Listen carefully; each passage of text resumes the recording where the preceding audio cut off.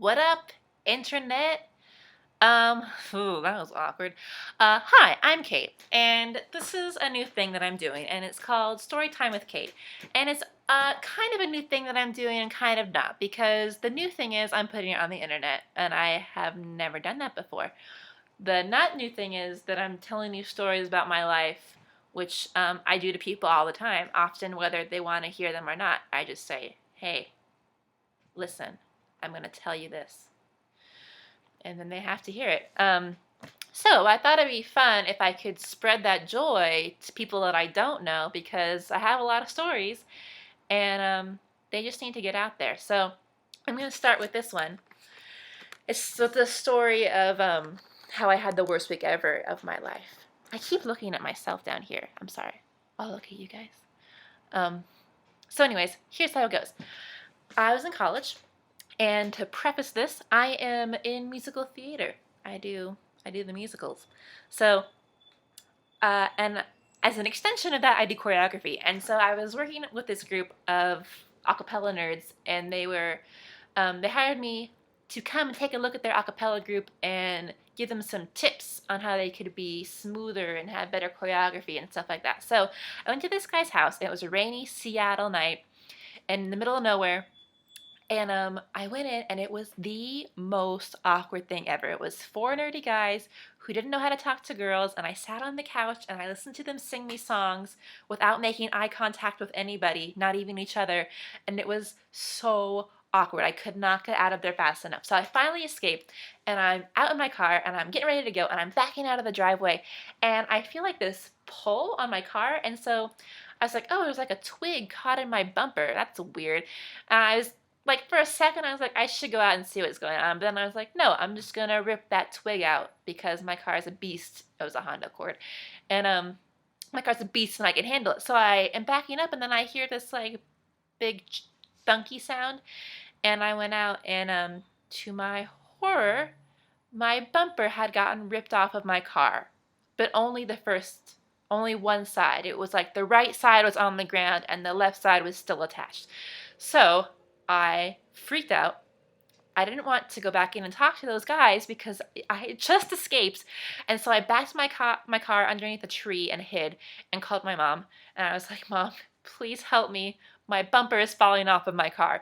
And so she was like, just go ask those guys to help you. They'd be so excited. And I was like, no. So then I called my boyfriend and I was like, Ricky, my boyfriend, please help me. My bumper fell off of my car and I don't know what to do. And he was like, just tie it back on. And I was like, you're dumb. And so then I hung up and I was like, all right, Kate, the only option left is to rip the bumper off of your car with your bare hands. So I got out in the rain and I stood there and I ripped the bumper off of my car. I ripped metal off of metal with my bare hands and I was victorious. And I was happy for like 2 seconds until I realized that I had a bumper in my hands and I had to put it somewhere. And I couldn't just leave it there because it had my license plate on it. And I don't think that's illegal, but it's weird to just leave your license plate places. That's not a good thing to do. So I worked my bumper into my car, and I like slid it in the back seat and like put it onto the front seat. And so I was like, all right, that's the best it's gonna be tonight. So I went home. Next day, it gets worse. I was going to school as a dance major at the University of Washington, and we had this really big elevator in our class or in our building for our school. And because there was a big theater at the bottom of the building, and then there was this industrial elevator that could like lift scenery and big props and tools and lights and things like that. So the elevator went down to the locker room, and so I'm going into the elevator to change into my dance clothes. And the elevator doors were closing, and I was like, wait, and I leapt in. And normally elevators sense motion and they open. This elevator sucked.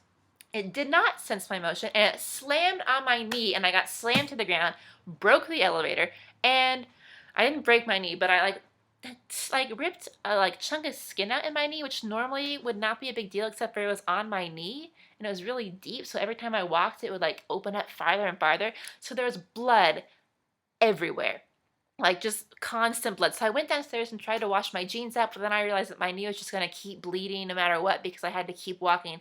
So I was just going about my day with this like blood stained jean mess of gore and blah. So I make it through my whole day. I'm going back to my car where I'd parked, parallel parked, pulling out of my parking spot, and this car comes out of nowhere. I stop thinking it's gonna swerve around me. It doesn't, and it just plows into my car. So I get out, the other girl gets out, we're both crying and like having meltdowns, and I called my dad, and I was just like, it was a mess. The cops come and they're like, whoa, do you need to go to the hospital? You are really bloody. And I was like, oh, no, this was earlier. It's fine. And they're like, all right. And so then they keep doing their thing. And then they're like, wait, where's your bumper? And I was like, it's in the back seat. Don't even worry about it. It's fine. So then I had to get my car towed. It costs $1 billion that I didn't have. I go home and I just want to take a shower. I get into my shower, shave 1.5 inches of skin off of my ankle. The other ankle, not the knee that was bloody, leg, the other leg, that ankle. So then, a couple days go by, my ankle swells up. So then I go to the hospital. Turns out it was infected. I had to get a tetanus shot. And then they told me it was a good thing I came in because it was so close to the bone that if I would have kept walking around on it, the infection would have spread to my bone and they might have had to amputate my leg.